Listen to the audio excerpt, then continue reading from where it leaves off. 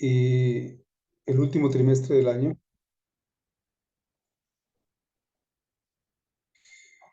Y es el último trimestre del año. En este último trimestre del año hemos visto algunos aspectos de la muerte, de la esperanza futura. Hemos visto algunos aspectos de la mortalidad, de la inmortalidad y varias cosas que nos han aclarado durante ese trimestre con respecto a la esperanza que tenemos en el futuro. Esta última lección de este trimestre se titula Yo hago nuevas todas las cosas. El versículo para memorizar ya lo mencionó Isaí, se encuentra en Apocalipsis 21:5. Dice, y el que estaba sentado delante del trono dijo, he aquí, yo hago nuevas todas las cosas. Y me dijo, escribe porque estas palabras son ¿qué? Son fieles y verdaderas. Y empieza la introducción de la lección diciéndonos que las escrituras nos dan esta esperanza, pero nosotros esperamos, según sus promesas, cielos nuevos y tierra nueva. Yo creo que la mayor esperanza de todos nosotros es ver ya, ya no ver cosas de las cuales estamos viendo ahorita, como la inseguridad, la injusticia, las violaciones, el maltrato, no solo a nosotros mismos, sino el maltrato animal, el maltrato al planeta. Yo creo que todos esperamos cielos nuevos y una tierra nueva. Y sobre todo, estar reinando con Jesús en esos cielos nuevos y en esa tierra nueva. En el comentario del pastor Bullón decía que me llamó la atención que decía que en una ocasión se le presentó una señora con una niña enferma, o un niño, no sé, no puse mucha atención, pero lo que me llamó la atención es que la señora que se le presentó ese niño delante de él le decía que aunque si era con ese niño enfermo, que aunque fuera lo tocara y orara con él, y la señora pensaba que el pastor Bullón, siendo un hombre pues, consagrado a Dios y un hombre de oración, podría tener ese poder de sanarlo. Pero el pastor dice que él solamente es un hombre de carne y de hueso. Mas, sin embargo, dice que nosotros estamos esperando meses, cielos nuevos y tierra nueva. El único que tiene ese poder de hacer las cosas nuevas es nuestro Señor Jesucristo, nuestro Dios. Él es el único que puede restaurar todas las cosas, volverlas a su estado original. Yo me, me llama mucho la atención cuando veo, por ejemplo, algunos automóviles de años muy pasados, cómo la gente que se dedica a restaurar esos carros de años muy pasados, cómo los dejan como si fuesen salidos de la agencia, ¿eh? Y esta promesa que Dios nos hace a todos nosotros, dice aquí, dice que el que estaba sentado en el trono dijo, aquí yo hago tiene ese poder, yo hago todas las cosas nuevas.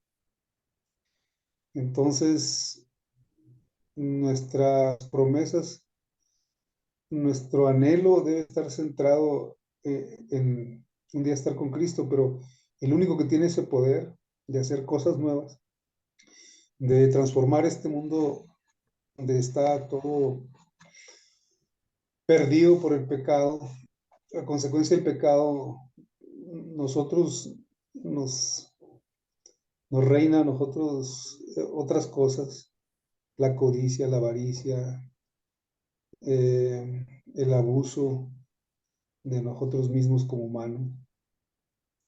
Y Él puede regenerar, porque Él tiene ese poder, nuestra mente y puede regenerar nuestro ser. También aquí en la introducción de la lección dice que en los últimos días habrá burladores. ¿Ah? Dice que ridiculizarán nuestra bendita esperanza. Pero pues eso también es parte de esta promesa que dice que en estos días, en estos últimos días, habrá gente que será, tal como se predijo, podría considerarse una prueba más de lo que dice la Biblia es verdad, porque se burlan como lo predijo la Biblia. Bien, pasando a la parte del domingo, dice un cielo nuevo y una tierra nueva.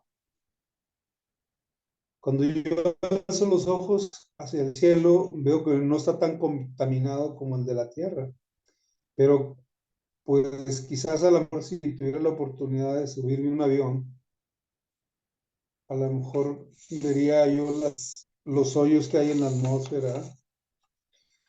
No sé, los astronautas cuando suben allá a algún satélite o van a alguna plataforma que está allá en la atmósfera, pueden ver que también los cielos ya están contaminados por todos los gases que despiden las chimeneas de las industrias, por todos los gases que emiten los automóviles. Pero bueno, desde aquí se ve muy azul. Dicen que uno de los cielos más bonitos es el de Durango. Mas, sin embargo, yo creo que no deja de estar contaminado, pero es la parte que pueden ver nuestros ojos que está un poquito más limpio. Porque si vamos también al mar, ya el mar también está muy contaminado. Las personas dueños de los hoteles descargan todos los desechos del hotel ahí a los mares. Y pues aquí en la tierra no se diga, los lagos, las presas están contaminadas, la gente echa basura. Y ustedes pueden ver cuando hay un reportaje acerca de eso, cómo se ve toda esa contaminación en el agua. O sea que nosotros mismos estamos provocando este, eh, nuestro medio en el cual vivimos, lo estamos nosotros perjudicando. No es la tierra como nos la entregó Dios al principio, ¿eh? Que todo era bueno y en gran manera.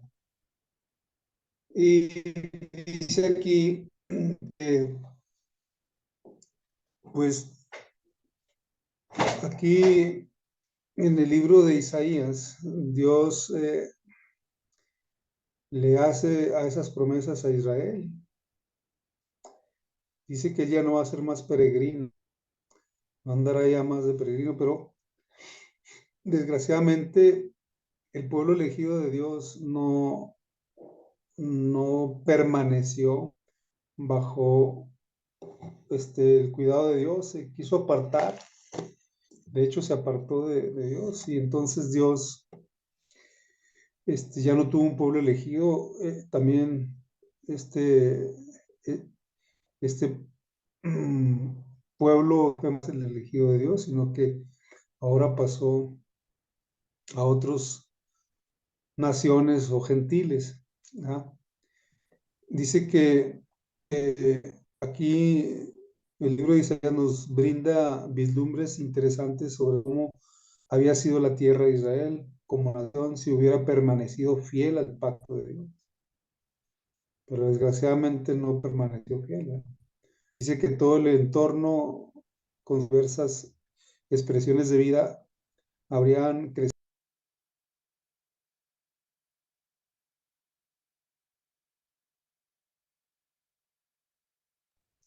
hacia el plano original de Dios.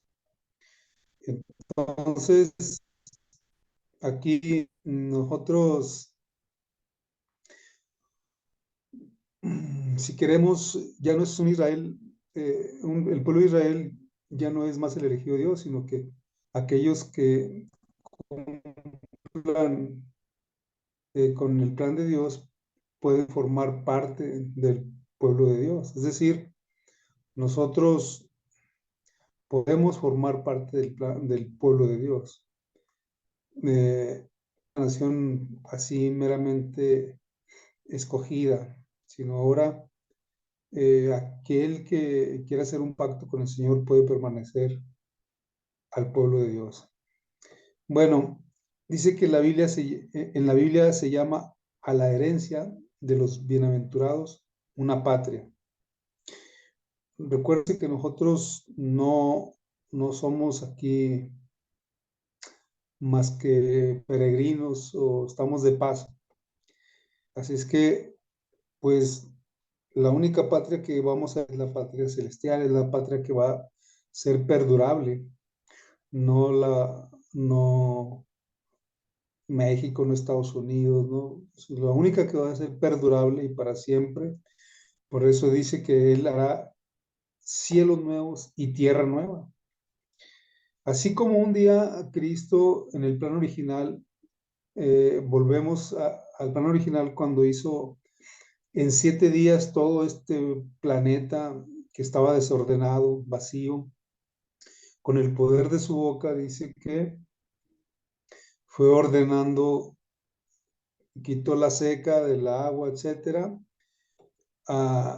y luego llamó cielos y tierra a la seca, etcétera. Pero aquí dice Dios que cuando metió sus manos, en el sexto día, cuando creó al ser humano. Pero dice que lo creó de tal manera que era hecho a semejanza de Dios. Y más adelante vamos a ver ahorita qué significa ser semejantes a Dios. Ellos tenían el poder de platicar con Dios, ¿verdad? Bueno, seguimos aquí, dice, en la Biblia se llama a la herencia de los bienaventurados una patria. Dice que allí el pastor divino conduce a su rebaño a manantiales de aguas vivas. Si recordamos, en el pueblo de Israel, quien guiaba al pueblo era Moisés. Pero ahí dice que allí el pastor divino conduce a su rebaño a manantiales de aguas vivas. Dice que el árbol de vida da su fruto cada mes y las hojas del árbol son para utilidad de las naciones. Allí hay corrientes que manan eternamente, claras como el cristal, al lado de los cuales se mecen árboles que echan su sombra sobre sobre los senderos preparados para los redimidos del Señor. Allí las vastas planicies alternan con bellísimas colinas, montañas de Dios, elevan sus majestuosos cumbres. En esas pacíficas llanuras, al borde de esas corrientes vivas, el pueblo de Dios, que por tanto tiempo anduvo peregrinando y errante, encontrará al fin un hogar. Entonces, ¿cuántos de nosotros, cuando leemos estas promesas, nuestro mayor anhelo debería ser, pues, estar ahí con ese pastor divino, que Él sea nuestra guía, que Él nos conduzca a esas aguas vivas, ¿verdad? Donde allí va a estar el árbol que da su fruto cada mes, que es para la utilidad de las naciones. Pues hay una vislumbre de cómo será ese cielo nuevo. Por eso dice que muchos autores seculares que no tienen la esperanza de la eternidad como la presentan las escrituras, han lamentado la falta de sentido de la existencia humana, aunque están equivocados en cuanto al futuro, porque es difícil alegar en contra de su argumento sobre el sentido de la vida sin una esperanza futura, pues porque seguramente pues ellos no tienen esa bendita esperanza. Todo lo ven bajo otras teorías. Algunos de los griegos, algunos tienen otras influencias, ¿ya? Del evolucionismo, etc. Seguimos, dice, el templo de Dios. Algunos, algunas de las lecciones pasadas ya habíamos hecho alusión al templo de Dios y donde Él puede habitar, donde Él puede estar con su pueblo. Precisamente es el templo de Dios. Dice, algunos hablan del cielo propiamente dicho como el santuario de Dios, pero el libro de Apocalipsis alude al santuario, templo específico dentro de una nueva Jerusalén, donde se encuentra el trono de Dios y el mar de vidrio. Allí la gran multitud de los santos de todas las naciones, tribus, pueblos y lenguas adorarán a Dios para siempre. Estamos hablando de que existe un templo en el cielo, porque aquí en la tierra se hizo una réplica de, de lo que es el cielo, perdón, de lo que es el templo celestial. Y nosotros, como adventistas, tenemos las bases fundadas en eso de que, por ejemplo, en 1844, el Señor pasó del lugar santo al santísimo. Y bueno, o sea, que existe un templo en el cielo. Pero aquí dice que se hizo un templo aquí en la tierra y en el Dios podría estar entre su pueblo. Y este templo específico dentro de la Nueva Jerusalén, donde se encuentra el trono de vidrio, del trono de Dios y el mar de vidrio, que se menciona en Apocalipsis, dice que ahí la gran multitud de los santos de todas las naciones, tribus, lenguas y pueblos adorarán para siempre a Dios. Entonces, el templo nunca va a dejar de existir, ¿verdad? Y aquí nos manda a leer Apocalipsis 7, 7 del 9 al 15. En Apocalipsis nos menciona algo relacionado con el templo. Dice, después de esto miré y aquí una gran multitud, la cual podía contar de todas las naciones, tribus, pueblos, lenguas que estaban delante del trono en la presencia del Cordero, vestidos con ropas blancas, con palmas en sus manos. Dice, y clamaban a gran voz diciendo, la salvación pertenece a nuestro Dios, que está sentado en el trono y al Cordero, refiriéndose a Jesús.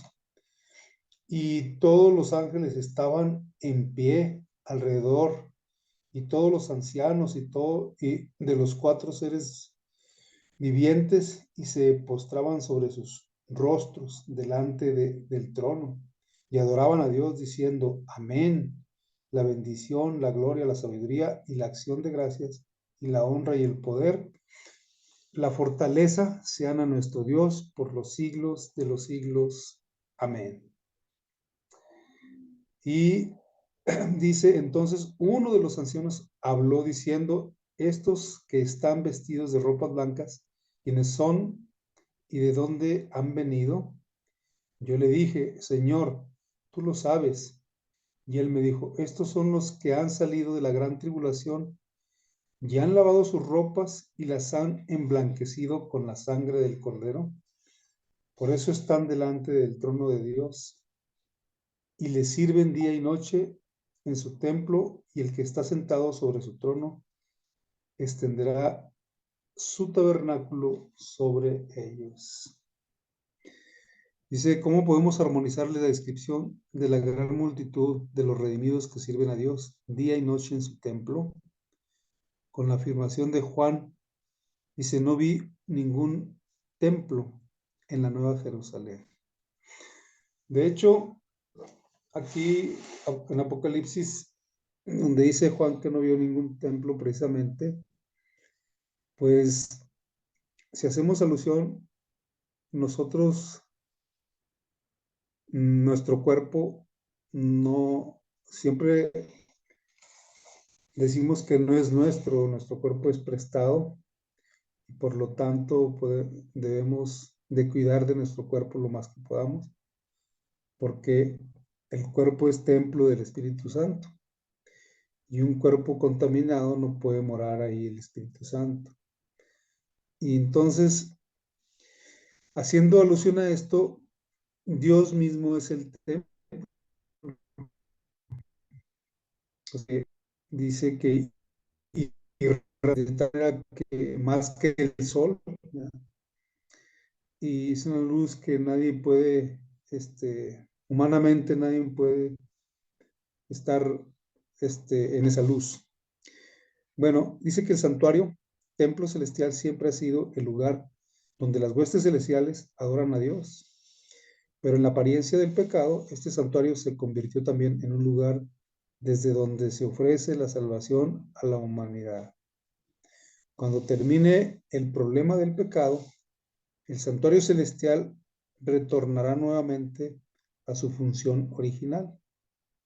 En Apocalipsis 21-22, Juan, el revelador, informa que ya no vio un templo en la ciudad, porque el Señor Todopoderoso y el Cordero con su templo, y el Cordero son su templo. Pero significa eso que ya no hay una casa de Dios donde sus criaturas pueden ir a tener una comunión especial con Él. Dice que de ninguna manera. El libro de Apocalipsis presenta especial atención al ser que recibe adoración y a quienes lo adoran. Bueno, los adoradores son quienes han salido de la gran tribulación y han lavado sus ropas y las han emblanquecido en la sangre del Cordero. Son un testimonio vivo del poder redentor y transformador de Dios. Cantan alabanzas a Dios porque quién es Él y por quién es Él y por qué lo hizo por ellos. Sin duda que la promesa de aquellos que han sido fieles hasta la muerte, dice, sé fiel hasta la muerte y yo te recompensaré. Estas son las personas que han permanecido fieles, que se han, como dice aquí, han emblanquecido sus ropas en la sangre del Cordero. Es decir, que han seguido a Cristo, que han seguido su ejemplo, el hecho de que han seguido a Cristo es que han cumplido con algunas de las encomiendas que nuestro Señor Jesucristo hizo aquí en la tierra.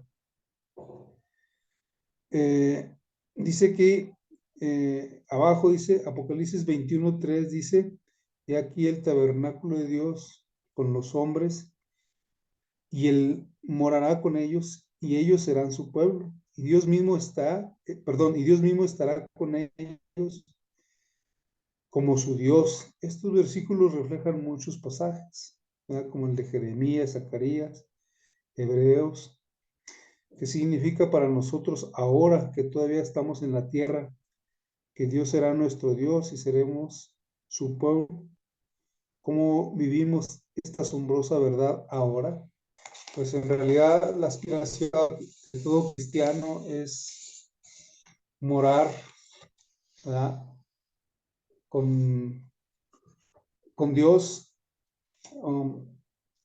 con alguien que tengamos por presidente o por gobernador, que no sea corrupto, que pues de todas las cosas que estamos pasando en este mundo, de las cuales nos chasqueamos. ¿Y quién no aspira a estar ahí en ese evento donde esa tierra es nueva, donde cada una de las personas que van a permanecer ahí son las que se han mantenido fieles? Y cada persona que ha lavado sus ropas con la sangre del cordero, es decir, que han seguido las encomiendas que Dios ha hecho, ¿verdad? Donde Jesús, al ir al cielo, al regresar con nuestro Padre Dios, le dice: Padre, te encargo a estos aquí en este mundo. Ellos están en este mundo, mas no pertenecen a este mundo. Y todas esas cosas nosotros debemos de saberlas, porque el mundo hace muchas cosas que a veces nos llenan y nos hacen olvidar de las promesas que nos menciona aquí Apocalipsis, de tierras nuevas, cielos nuevos, de ese templo en la Jerusalén, de ese templo que es mismo Dios, y nos olvidar estas cosas cuando somos parte del mundo, ¿eh? Pero Dios dice que nosotros somos de este mundo. Somos porque somos peregrinos aquí, mas nuestra patria, estamos esperando una patria nueva, cielos nuevos y tierra nueva, como lo dice aquí la lección. Y dice aquí que vamos a estar en la presencia de Dios. Si ustedes recordarán, no hay un ser humano que después del pecado que haya visto a nuestro Dios. Moisés mismo dice que cuando se presentó con Moisés en la zarza, dice que tan solo contempló la espada de Dios, pero lo menciona en una forma simbólica de la Biblia. Es decir, apenas lumbre de Dios, y él mencionó, dice: Dios grande en misericordia, grande en misericordia y tardo para la ira. Es decir, la grandeza de Dios es incomparable. Y es que Moisés más vio una vislumbre de eso, porque claramente nadie puede ver a Dios, nadie, con con esta naturaleza que tenemos ahora. Eh, Dios, Dios dice que por eso quiere Él, dice eh, pero dice Pablo que cuando se manifiesta en el Señor Jesucristo, dice que son transformados, ¿verdad? De este cuerpo corruptible a un cuerpo incorruptible. Y de esa manera entonces ya podremos ver a nuestro Dios. Dice aquí que la presencia, la Biblia dice que habita en luz visible, y a un Dios nadie lo puede haber visto jamás. ¿Significa esto que nunca verán a Dios el Padre en el cielo en absoluto? Pues no, porque yo me aferro a las promesas de que nosotros podemos ver a Dios, y, como dice Pablo, podemos ser transformados, ¿verdad?, de este cuerpo corruptible a un cuerpo incorruptible.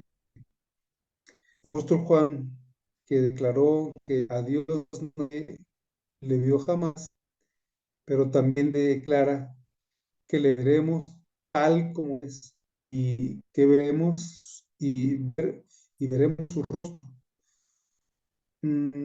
Puede ser debatible si esto pasa en el Dios Padre o a Cristo, pero todas las dudas se desvanecen a la luz de la propia declaración de Cristo. Dice: bienaventurados de corazón. ¿Por qué? Dice: porque ellos verán a Dios. Qué privilegio será para los redimidos orar a Dios en su templo, pero el privilegio supremo será ver su rostro. Y vuelvo a lo mismo con naturaleza humana, nadie lo puede ver. En la visión de la hermana Elena, así como fue a otros mundos, dice que también ella en esa visión fue transformada y se le permitió a otros mundos. Pero ver a Dios es otra cosa.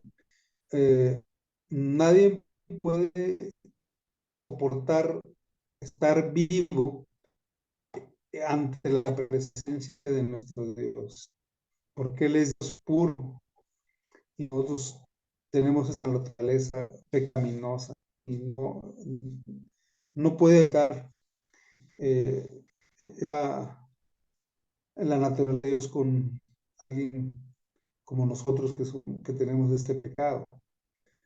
Si recordamos en el Edén, el privilegio de estar eh, con Dios. Y si recordamos que cuando trascedieron la ley eh, comiendo del fruto prohibido, dice que Dios los buscó y los encontró porque estaban escondidos. Es decir, que antes ellos tenían ese privilegio de hablar con Dios, de tener un culto con Dios, no sé, de estar así, ¿no? Debido al pecado, ya perdieron ese privilegio. Y en ese, en cual vivían, en ese de se encontraban no solo el árbol de la ciencia del bien y del mal, sino que también se encontraba el árbol del... Y, pero como ellos ya habían pecado, no podían habitar más, porque si no iban a vivir muchos años. De hecho, pues vivieron más años que nosotros. Pero no podían habitar más ahí, tenían que ser echados, porque era ya un entorno donde no podían vivir, ¿verdad? Entonces, aquí nosotros podemos volver, nuestro Dios nos ha prometido en estas promesas que Él va a hacer nuevamente estos cielos nuevos, esta tierra nueva, la va a renovar de tal manera que no vamos a estar aquí por algún tiempo, dice, después del milenio.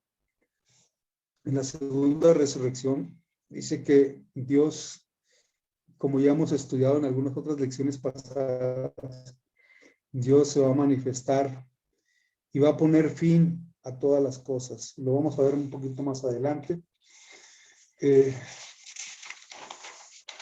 Dice que no habrá ya más muerte ni más lágrimas. Es decir, ya no habrá más dolor para aquellos seres que nosotros alguna vez hemos perdido, que alguna vez se han ido, nos han dejado. Y nosotros sabemos que la muerte es extraña para nosotros, podamos decir, es un agente que es extraño, que es de Satanás nada más. La muerte es el enemigo de la humanidad. La muerte dice que fue un intruso que llegó cuando nuestros primeros padres desobedecieron, porque él engañó. Eva le dijo, nuestro Dios nos ha dicho que no comamos de su fruto, porque el día que de él comiéramos, moriremos. Pero Satanás le dijo, no, no morirás. Mas sabe Dios que si comes de ellos, serás como Dios, donde conocerás del bien y del mal. Y total, nosotros conocemos la historia que ella, primeramente, no siguió el consejo de Dios de estar sola, ni pasear cerca del árbol de la ciencia del bien, mucho menos de hablar, de ponerse del hogar con una serpiente. Pero bueno, aquí por eso dice que después del pecado, la muerte vino como un intruso, pero aquí dice que no más muerte ni lágrimas. Ese dolor que sentimos nosotros, que nos causa la ausencia de un ser que se va, un ser amado que se va. Puede ser nuestro padre, nuestra madre, nuestro hermano, nuestro amigo. Hace algunos días, ayer o antier, estaba viendo la televisión que falleció Pelé, ¿verdad? El rey del fútbol, el rey Pelé. Ya casi podría haber salido el año, pero no. Finalmente se quedó aquí en este año. ¿Y cuántos de nuestros seres queridos también han fallecido en este año? Y algunos de nosotros nos hemos puesto tristes y hemos derramado una lágrimas por ellos, ¿verdad? Yo me acuerdo de mi primo Luis, ¿verdad?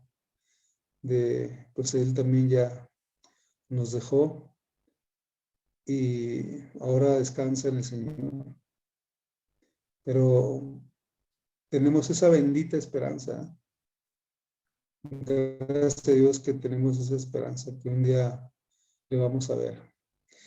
Ese es el consuelo que puede traernos estos pasajes de Apocalipsis 7 al 17, en medio de las pruebas y el sufrimiento de este mundo actual. Dice que la vida puede ser muy dura, injusta, cruel. El frío abrazó de la muerte violentamente, nos arrebató a algunas personas muy entrañables para nosotros. Otros llegan sutilmente a nuestra vida, nos rodean, nos roban los sentimientos y luego se van como si nada hubiera pasado. Qué terrible es ser traicionado por alguien a quien amamos y en quien confiamos. Sin duda que esto nos hace ver que estamos en un mundo donde reina el pecado, un mundo donde no es el que nosotros anhelamos. Dice que hay momentos en los que el corazón roto, hay momentos en los que el corazón roto hasta podemos preguntarnos si vale la pena seguir viviendo. Y es verdad, ¿no? Nosotros cuando nos chasqueamos de algo, cuando alguien nos hiere, cuando nos sentimos tristes, podemos estar diciendo si vale la pena seguir viviendo.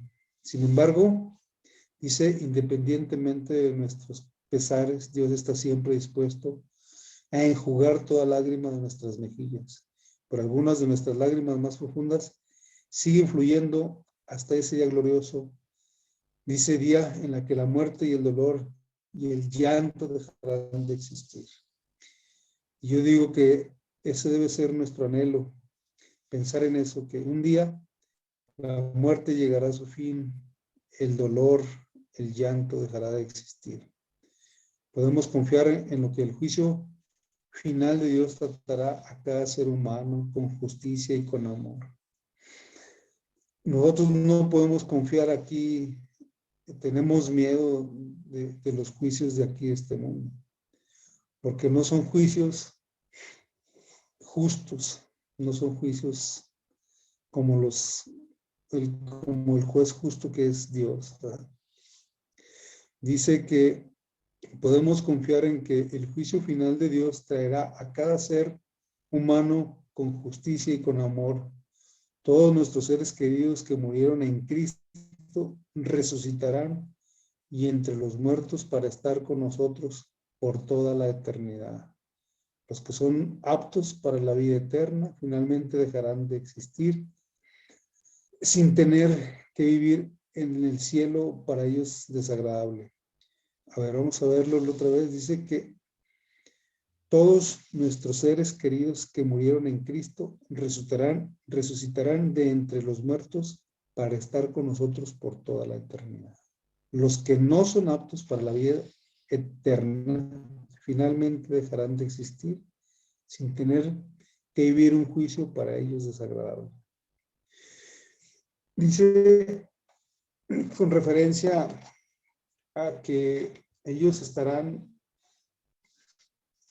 eternamente en el infierno, pues no es cierto, ¿eh? No, es algo una doctrina contradictoria a lo que la Biblia dice. Dice aquí que estas personas que no aceptaron o que no son aptos para la vida eterna, finalmente dejarán de existir sin tener que vivir en un cielo para ellos desagradable o un infierno que arderá eternamente para todos. Cuando la muerte deje de existir, definitivamente los redimidos exclamarán con júbilo: ¿dónde está, oh muerte, tu aguijón, y dónde está sepulcro tu victoria? Pues el Señor ha prometido que el cielo nuevo y la tierra nueva que creará, de lo primero no habrá más memoria ni vendrá el pensamiento. Esto significa que el cielo será un lugar de amnesia, sino que el pasado no socavará el gozo perdurable del cielo. No podemos vivir pensando en nuestros seres queridos. Dice que no habrá ya más memoria de nuestros seres, porque no puede socavar esto allá en el cielo. Es decir, Dios es tan justo que dice que aquellos que no fueron aptos para estar en el cielo, primeramente no se van a estar quemando eternamente, porque si no, nosotros estaremos pensando en que cómo se estarán quemando eternamente y sufriendo, pero no, dice que terminará definitivamente con esta. Ya no habrá en nuestros pensamientos esos seres queridos que alguna vez fueron queridos por nosotros. Dice aquí su nombre en sus frentes. Dice Apocalipsis 22, 3 al 5, ¿cómo podemos tener la seguridad de que estaremos entre aquellos que tendrán el nombre de Dios escrito en la frente? Es decir, ¿podemos estar seguros? Pues nosotros debemos estar seguros, ¿verdad? Debemos estar seguros en quién hemos confiado. Dice Apocalipsis 22, del 3 al 5, dice: y no habrá más maldición, y el trono de Dios y del Cordero estarán en ella, y sus siervos le servirán, y verán su rostro, y su nombre estará en sus frentes. No habrá allí más noche, y no tienen necesidad de luz, de lámpara, ni de luz de sol, porque Dios el Señor los iluminará y reinarán por los siglos de los siglos. Pues yo creo que ¿qué más seguridad podemos tener de eso? El sol será la luz que ahora podemos, que los rayos del sol que ahora nos aclaran y podemos ver cada amanecer, cada día, no será más necesario allá en la tierra, no. Dice que Dios irradiará y nos dará luz a todos. Entonces, pues con estas promesas, ya si no queremos estar seguros, ¿verdad?, que pues rechazaremos pues a Dios, ¿o qué? Entonces, ¿cómo vamos a tener la seguridad de que estaremos entre aquellos que tendrán el nombre de Dios escrito en sus frentes? Bueno, pues siguiendo lo que Dios nos ha prometido, siguiendo sus caminos, siguiendo sus promesas. Dice que después de la rebelión de Lucifer y la caída de Adán y Eva, Dios podría haber destruido a todos los pecadores. Sin embargo, como expresión del amor incondicional por sus criaturas, Dios estableció un plan misericordioso para salvar a todos los que aceptan lo que Él les ofrece. Esto es lo que conoce como el plan de salvación. Nuestro Dios es un Dios de amor, pero un amor que ahorita no comprendemos, que nuestra mente finita no alcanza a comprender. La naturaleza de Dios, su mismo carácter, es amor. Y dice que Él si nosotros pensáramos como pensamos humanamente, cuando algo que le queremos poner fin a una cosa que ya nos desagradó, dice que humanamente nosotros pensaríamos que Dios hubiera dicho, no, pues ya, vamos a acabar con el pecado y vamos a exterminar al hombre y vamos a hacer de nuevo otras cosas, pero esto ya nos sirvió.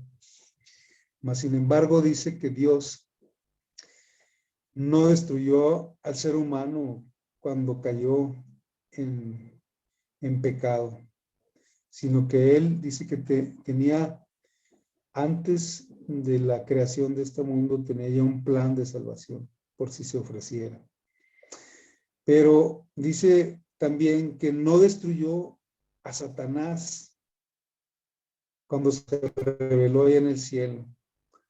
No lo destruyó así rápido para que todo se acabara y volviera a la normalidad de la armonía en el cielo, sino que más bien él fue despedido del cielo porque no podía ya habitar Satanás en el cielo por su rebelión.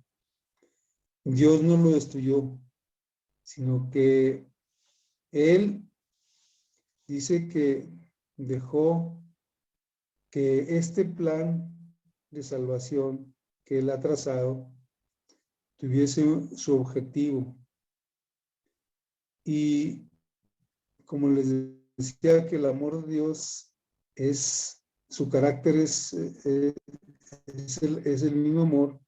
Dice que él lo dejó ver significativamente cuando dio a su hijo. Y dice que él vino a pagar el pecado por el pecado que él había cometido, el primer Adán. Dice que luego Jesús viene a ser como el segundo Adán, que en él no se encontró pecado, y sin embargo dice que él dio su vida por cada uno de nosotros, y ese es el plan de la salvación. Ahora, este plan para esta humanidad perdida y caída en el pecado, solamente aceptando a nuestro Señor Jesucristo como nuestro Salvador, es como podemos tener el nombre de Dios en nuestras frentes, aceptando solamente por fe y no por obras. Dice aquí también que aunque existía antes, refiriéndose al plan de salvación, antes de la creación de la tierra, la primera vez que se dio a conocer fue a la humanidad en el Edén, inmediatamente después de la caída. Luego se reveló aún más en los tipos y las sombras de los servicios del santuario hebreo, y posteriormente tuvo su máxima expresión en la vida y la muerte de nuestro Señor Jesucristo, la resurrección de nuestro Señor Jesucristo. Entonces, en el centro de este plan, la salvación está la promesa de vida eterna sobre la base de los méritos de Jesús para todos los que acepten por fe la gran provisión hecha en la cruz. Antes de que la cruz y después de la cruz, la salvación siempre ha sido por fe, nunca por obras, por más que las obras sean una expresión natural de nuestra salvación. Y a veces humanamente nosotros no nos gusta casi lo gratis, ¿verdad? Siempre tenemos que regresar algo, pero aquí no tenemos que regresar absolutamente nada. Esto es nada más aceptarlo por fe. Y dice que Pablo escribió acerca de Abraham, quien existió mucho antes de la venida de Cristo, como un ejemplo de salvación por fe. Porque si Abraham fue juzgado por las obras, tiene que gloriarse, ¿de qué gloriarse a Abraham? Pero no para con Dios, porque dice la Escritura, creyó Abraham a Dios y le fue contado por justicia. Como nos ayuda estos versículos a entender de qué se trata la salvación por fe. Bueno, pues solamente tanto nuestros primeros padres y toda la humanidad a través de la historia, por eso dice que al final veremos hombres redimidos de todas las edades, de toda la historia. Todos los que acepten a Cristo como su Salvador, solamente por fe, ¿verdad? Pueden tener en su nombre en sus frentes. Dice que entonces podemos tener la seguridad de la salvación si aceptamos a Jesús, nos entregamos a Él, reclamamos sus promesas, dice, incluyendo las de una nueva vida en Él, y nos apoyará totalmente en sus méritos y nada más. Abraham creyó y esto le fue tomado en cuenta como justicia. Con nosotros funciona igual, por consiguiente, esto es lo que significa tener su nombre escrito en nuestra frente. Si lo tenemos escrito ahí, en este momento, y lo aceptamos de Él, entonces también estará escrito en los cielos nuevos y en la tierra nueva. Bueno, pues esta es la lección que hemos llegado al final. En la parte del viernes dice, nos invita a tener a ver algunas lecturas como el fin del conflicto, en el conflicto de los siglos, la segunda venida y el cielo, la tierra renovada. El cielo, dice, puede comenzar ahora en Patriarcas y Profetas. El cielo, la música en el cielo, Patriarcas y Profetas. Bueno, todas estas lecturas nos invita a leerlas, a meditar en ellas. Dice, la cruz de Cristo será la ciencia y el canto de los redimidos durante toda la eternidad. En el Cristo glorificado contemplarán a Cristo crucificado. Nunca olvidará que el ser cuyo poder creó los innumerables mundos y los sostiene a través de la inmensidad del espacio. Dice que las huellas de Cristo cuando fue crucificado van a estar ahí todavía en la eternidad, ¿no? Eso nos va a decir a nosotros cuánto costó el sacrificio, cuánto costó algunas de nuestras vidas, que nosotros pues, no podíamos pagar de ninguna manera un precio, por eso esto es algo gratuito. Dice, nunca olvidará que el ser cuyo poder creó los innumerables mundos y los sostiene a través de la inmensidad del espacio, el amado Dios, la majestad del cielo, a quien los querubines y los serafines resplandecientes se deleitan en adorar. Dice, se humilló para levantar al hombre caído, que llevó la culpa y la vergüenza del pecado y sintió el ocultamiento del rostro de su Padre, hasta que la maldición de un mundo perdido quebrantó su corazón y le arrancó la vida en la cruz del Calvario. Dice que el hacedor de todos los mundos, el árbitro de todos los destinos, deje su gloria y se humille por amor al hombre, despertará eternamente la admiración y la adoración del universo. Por eso, pues dice que durante en el cielo dice que la ciencia de la cruz estará siempre, siempre, siempre ahí, viéndola, estudiándola. Bueno, otra de las cosas que también me llamó la atención en esta lección es que nosotros conoceremos a nuestro ángel de la guarda. Dice que ahí nosotros podremos platicar con él de algunos momentos en los cuales él nos ayudó, nos libró de algunos peligros, nos acompañó durante toda nuestra vida aquí en este mundo, desde el momento en que nacimos hasta la tumba donde nos fuimos, donde vamos a ser sepultados. Entonces, ahí podemos platicar con nuestro ángel de la guarda, ¿verdad? Y otra de las cosas que a mí me llamó la atención. Dice también, sigue diciendo que dice, el gran conflicto ha terminado. Ya no hay más pecado ni pecadores. Todo el universo está limpio. Ahí ya Satanás quedó destruido eternamente, ya no va a poder hacer nada, ya quedó, Ya se acabó su tiempo. terminó, ya quedó terminado para siempre, ¿eh? Dice, una misma pulsación de armonía y júbilo late a través de la vasta creación. Dice, del Señor, perdón, del ser que todo lo creó, mana vida y luz y contentamiento por toda la extensión del espacio infinito.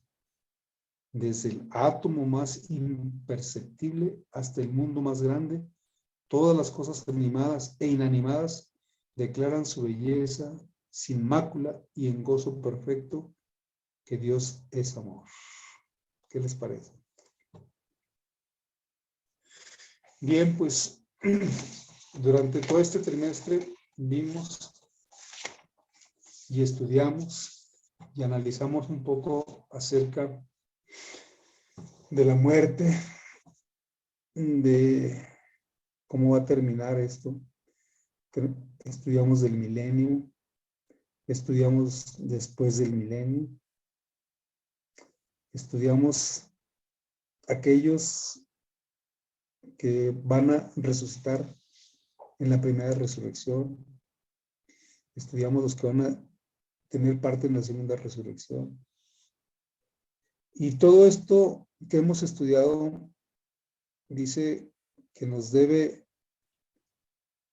aquí no solamente tener como un dato más, sino más bien debemos tener en mente, porque todas las promesas que vienen aquí en la Biblia, debiéramos apropiarnos de ellas. Y más que todo de estas promesas, ver el grande sacrificio que Dios estuvo dispuesto a dar en ese amor que es inmensurable. O sea, no podemos comprender el amor de Dios hasta que estemos plenamente con Dios. Vamos a comprender todo el grandísimo amor de Dios que ha hecho por nosotros, porque bien decía la lección que pudo haber exterminado así de rama y raíz, como lo dice ahí en la Biblia, que pudo haber terminado con el pecado desde un principio, pero Él dejó que esto llegara hasta dónde puede llegar el pecado, qué tan perverso es el pecado y hasta dónde puede llegar. Y pues seguiremos estudiando mientras Dios nos deje en esta vida y analizando cada una de sus promesas, viéndolas, apropiándonos de ellas sobre todo. Y pues no solamente vamos a dejar esta lección, sino también ya vamos a dejar este año, donde pues no sabemos qué nos depara el próximo año, pero yo pienso que debemos consagrar nuestra vida a Dios en este próximo año y seguir estudiando sus lecciones, seguir haciendo su voluntad y sobre todo pues yo creo que lo más importante es transmitir estos conocimientos, que no solamente queden con nosotros, sino transmitirlos a aquellas personas que también queremos que estén con nosotros, gozando de esas mansiones celestiales, ¿verdad? Que también las promesas no solamente sean para nosotros, sino para a todos aquellos que también pueden amar su palabra. Que Dios nos bendiga.